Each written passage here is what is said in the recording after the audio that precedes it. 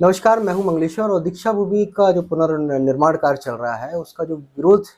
चल रहा है और एक विरोध को लेके भी 1 तारीख को जो बहुत बड़ा आंदोलन होना है वहाँ पर, उसको लेके जबलपुर से भी काफ़ी समर्थन मिल रहा है। मेरे साथ में एडवोकेट तेज कुमार भगत जी हैं और ये भी दलित लोगों के लिए काफ़ी मतलब चिंतक के रूप में काम करते हैं और दलितों की आवाज़ भी उठाते हैं। तो आज हम इनसे बात करते हैं। तो भगत तेज कुमार जी, आपको पता होगा कि दीक्षा भूमि अभी जो पुनर्निर्माण का काम कर रहा है, चल रहा है। तो आपको क्या लगता है कि वो जो पुनर्निर्माण का काम चल रहा है, तो उससे मतलब वो जो मूल ढांचा है वहाँ पर, मूल संरचना है, उसको काफ़ी नुकसान हो सकता है? देखिए, बिल्कुल, अगर इसको आप सही रूप में देखें, तो इसके पीछे सरकार की मंशा क्या है, उसके इरादे क्या हैं, ये स्पष्ट होना चाहिए। अगर दीक्षा भूमि के स्वरूप को, उसके इतिहास को और उसके महत्व को यदि नुकसान पहुंचाया जाता है, सिर्फ इसलिए कि वहां पर हम करोड़, 2 करोड़, 10 करोड़, 20 करोड़ रुपए लगा करके सौंदर्यीकरण करा रहे हैं, तो हम वहां पर फूहड़ता नहीं चाहते। हम वहां पर आधुनिकता की वो बात नहीं करना चाहते हैं जिससे कि वहां का जो इतिहास है, वहां का जो हमारा कल्चर है, जो वहां की हमारी परंपराएं हैं, हमारी जो वहां की संस्कृति है, अगर उस पर आंच आती है आपके ऐसे विकास से, तो हम कतई नहीं चाहेंगे। हम अंबेडकरवादी लोग हैं, हम अंबेडकर जी के विचारों पर चलने वाले लोग हैं, दलितों को लेकर के, दलितों के लिए चिंतन करने वाले लोग हैं। हमारा दिल भी धड़कता है तो ऐसे अपने लोगों के लिए धड़कता है। और जब बाबा जी की इतनी महत्वपूर्ण दीक्षा भूमि पे यदि सरकार पर्दे के पीछे से अगर हमलावर तरीके से अगर हमला करने की कोशिश करती है, तो हम इसे किसी भी कीमत पर बर्दाश्त नहीं कर सकते। अगर सरकार को कुछ करना था, तो मैं समझता हूं भारतीय जनता पार्टी के साथ वहां पर शिवसेना की पहले भी गठबंधन की सरकार थी, उस वक्त लेकर के आते वो प्रस्ताव क्यों नहीं आए। आज ऐसी क्या जरूरत पड़ी कि वो इस प्रस्ताव को लेकर के आए हैं। और यदि उनकी मंशा बहुजन समाज के प्रति ठीक है, आम लोगों, दलितों के प्रति ठीक है, तो फिर उस प्रस्ताव को पहले जनता के बीच में लेकर के आना चाहिए था। लेकिन अचानक ये प्रस्ताव ला करके कि वहां पर हम सौंदर्यीकरण करना चाहते हैं, कराना चाहते हैं, इस तरह की बात लेकर के आना ये कहीं से न्यायोचित नहीं है। इसलिए नागपुर के अंदर पूरे अंबेडकरवादी लोग और उससे जुड़े हुए लोग, मैं समझता हूं सिर्फ अंबेडकरवादी नहीं, हर व्यक्ति उस दीक्षा भूमि के महत्व को मिटने से खफा है, नाराज है। और मैं समझता हूं किसी भी तरह के उग्र आंदोलन करने के लिए वो विवश भी होगा और आगे आने के लिए पीछे भी नहीं हटेगा। अच्छा, एक लीगल चीज आपसे पूछनी थी कि ट्रस्ट है। ट्रस्ट अगर किसी प्रकार का निर्माण कार्य करता है, तो वो समाज के लोगों को भी उसका दायित्व बनता है बताना। अब जब सरकार ने 200 करोड़ रुपए का प्रोजेक्ट लाया वहां पे और काम भी शुरू हो गया है, पहली किस्त में बताया जाता है कि 100 करोड़ रुपए मिल भी गए हैं, काम बड़ी तेजी से चल रहा है। तो आपको क्या लगता है कि ये ट्रस्ट है, ट्रस्ट को मतलब इतना अपने लोगों को तो मतलब भरोसे पे लेना चाहिए था, बताना चाहिए था। वहां पे कोई मॉडल भी नहीं बताया, लगाया गया कि भाई कि क्या-क्या बन रहा है, ताकि लोगों को पहले से जानकारी मिल जाती तो इतना विरोध भी नहीं होता। ना इसका किसी भी अखबार में कोई इश्तिहार दिया गया कि भाई ये कार्य किया जाना, ना प्रेस कॉन्फ्रेंस हुई वैसी, अचानक काम शुरू कर दिया गया। तो ये आपको क्या लगता है, लीगल नज़रिए से देखा जाए तो कहाँ तक सही है ट्रस्ट का? देखिए मंगेश जी, आपका ये सवाल बहुत अच्छी बात है कि ट्रस्ट के लोग, जो भी जिम्मेदार वहां पदाधिकारी थे, उनको वहां पर समाज के लोगों को भरोसे में लेना चाहिए था, आम सहमति बनाना चाहिए थी। चोरी छुपे कोई भी काम करना, आप कहां से ये न्यायोचित है, मैं समझता हूं कहीं मिशन में यदि ट्रस्ट के लोगों को ये मालूम था, तो ट्रस्ट के लोगों को बाकी लोगों के बीच में इस प्रस्ताव को लेकर के जाना था कि सरकार का हमारी ओर से, सरकार का हमारी ओर ये प्रस्ताव आया है, इसमें सरकार ऐसा ऐसा चाहती है, इसके लिए हम क्या करें। एक आवश्यक बैठक बुलाते, लोगों के साथ बैठते, लोगों की राय लेते, लोगों की विचारों को सुनते, तो मैं समझता हूं इसका समाधान होता। लेकिन एकाएक 200 करोड़ रुपए की राशि, इतनी बड़ी राशि सैंक्शन हो जाना और स्वीकृति के बाद वहां पर अचानक काम शुरू हो जाना, और जैसा कि आप बता रहे हो कि बिना टेंडर के, बिना विज्ञापन के इतने बड़ी राशि का अमाउंट सैंक्शन होने के बाद काम चालू हो जाना, ये कहीं ना कहीं कई संदेहों को जन्म देता है। तो मुझे लगता है कि इसके पीछे कुछ और भी षड्यंत्र है, और षड्यंत्र को पकड़ने की जरूरत है।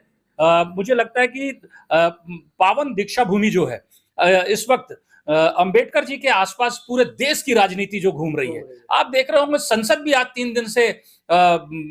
संविधान और उसी के आसपास रह रही है, चाहे वो विपक्ष के कांग्रेस पार्टी के हाथ में संविधान की प्रतियां हो, चाहे मोदी जी के भाषण, शपथ ग्रहण समारोह के प्रारंभ का अपनी वाचन हो तो वो संविधान को अपने माथे से लगा रहे हैं। ये बात बिल्कुल फैक्ट है कि बाबा साहब अंबेडकर जी के आसपास पूरे देश की राजनीति सिमट करके रह गई है। वो कांग्रेस पार्टी हो, भारतीय जनता पार्टी हो या कोई भी दल हो, किसी भी दल की और किसी भी संगठन की सरकार देश में हो, राज्य में हो, वो चाहे महाराष्ट्र में हो,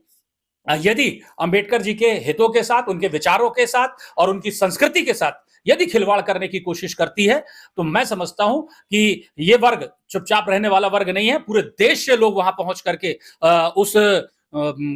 इस तरह के ज्यादतियों का विरोध करने के लिए वहां इकट्ठा होंगे, प्रदर्शन करेंगे और जरूरत पड़ी तो अपनी जान भी दे करके अगर ऐसे हमें अगर पावन भूमि की रक्षा करना पड़ी तो हम सारे लोग उसके लिए तैयार हैं। जैसे अभी ये बात आपने बताई कि सारी राजनीति अब बाबा साहेब के इर्द गिर्द ही घूम रही है, तो ये क्या पार्टियों को क्या लगता है कि ये दलित वर्ग जो है ये सिर्फ उनका क्या वोट बैंक है क्या, ये एटीएम है, उनको कभी भी कैश कर लें और ये सारा चीजें उनके लिए करें? ये आपको अब बहुत अच्छी बात है मंगेश जी। मैं समझता हूं अब इस देश के अंदर दलित वर्ग को इस बात को समझने की जरूरत है कि आप वोट बैंक नहीं हो, आप एक चाबी हो। चाबी एक वो मास्टर की हो कि जो किसी भी तिजोरी को खोल सकता है। आप जब तक आप किसी भी पार्टी को समर्थन नहीं करते हैं, मैं नहीं समझता कि ना राज्य में कोई सरकार बनने जा रही है, ना केंद्र में कोई सरकार बनने जा रही है। आप अगर मचल जाते हैं तो देश मचल जाता है, आप अंगड़ाई ले लेते हो तो देश में अंगड़ाई आ जाती है। अगर आप किसी पार्टी की तरफ एक हो जाते हैं तो उस देश में उसकी सरकार बन जाती है। ये दलितों की इस देश के अंदर जो ताकत है, ये आज इसको समझने की जरूरत है। और कुछ लोगों ने ये भूल की थी, कुछ लोगों ने गलतियां की थी कि दलितों को सिर्फ वोट बैंक समझ रखा था और वोट बैंक की राजनीति के चलते आज तक दलितों का जो पिछड़ने का कारण है वो ये है कि आज तक हमको समाज की मुख्य धारा से नहीं जोड़ा गया। आज भी हमारे लोगों के ऊपर, ग्रामीणों में देख लें, दूर दराज इलाकों में देख लें, आज भी हमारी महिलाओं के साथ निवस्त्र करके उन्हें घुमाया जाता है, उन्हें दंड दिया जाता है। अगर हमारा कोई व्यक्ति दूल्हा बन करके घोड़ी पे बैठ जाए तो उसे घोड़े से उतार करके उसको सजा दी जाती है। ये इस तरह की यातनाएं आज की भी इन सरकारों में चल रहा है और हम उस भारत की कल्पना कर रहे हैं जिस दिन पूरे देश में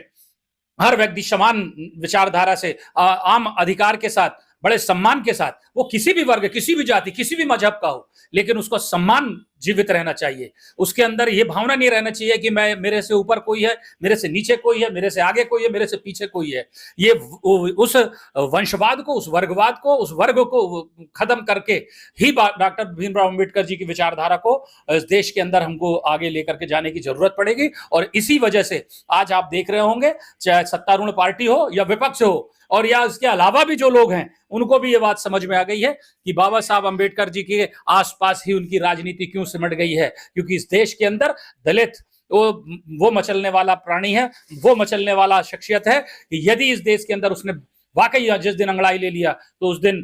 दिल्ली में उसकी सत्ता दिखाई देगी। तो अभी जो 1 तारीख को आंदोलन होने वाला वहां पे, तो आपको क्या लगता है कि इसको किस तरीके से मजबूत किया जाए? बिल्कुल, हम सारे लोग बिल्कुल अपने अपने स्तर पर, हम लोग अपने जबलपुर शहर से अपने लोगों तक इस मैसेज को देंगे और आपके चैनल के माध्यम से, आपके माध्यम से हम इस बात को लोगों तक पहुंचाएंगे कि ये बात वहां तक, जन जन तक पहुंचे कि जिस तरीके से दीक्षा भूमि के अस्तित्व के ऊपर हमला करने की कोशिश की जा रही है, उस हमलावरों को पहचाने और उनके इरादों को पहचाने। और यदि उनके इरादे नेक होते तो मैं समझता हूं कि हम उसका समर्थन करते। लेकिन हमें मालूम है कि वहां पर तथाकथित भारतीय जनता पार्टी और कुछ लोगों की ऐसी सरकार है जो कभी भी अंबेडकर जी की विचारधारा को वहां पर पनपने नहीं देना चाहती, अंबेडकर जी के विचारों को बढ़ने नहीं देना चाहती, बल्कि उनको कुचलना चाहती, बल्कि उनको दबाना चाहती, बल्कि उनको दबाना चाहती है और दफनाना चाहती है। इसलिए हम लोग सारे लोगों से आह्वान करेंगे कि उस 1 जुलाई के कार्यक्रम में बड़ी से बड़ी संख्या में पहुंच करके वहां पर आंदोलन को सफल बनाएं। तो जैसा कि सही बात है कि बाबा साहेब की विचारधारा को दबाने की और कुचलने की कोशिश की जा रही है दूसरी पार्टियों द्वारा, तो ये लोगों को भी समझना पड़ेगा, ट्रस्ट के लोगों को भी समझना पड़ेगा। और वहाँ पे जो अम्बेडकर अनुयायी हैं इतनी बड़ी संख्या में है नागपुर में, तो उनको भी इस बारे में सोचना पड़ेगा कि ये अम्बेडकर की विचारधारा को बचाना है या फिर इस तरीके के जो ये मतलब कार्य किए जा रहे हैं उसको रोकना है। जबलपुर से मंगलेश्वर।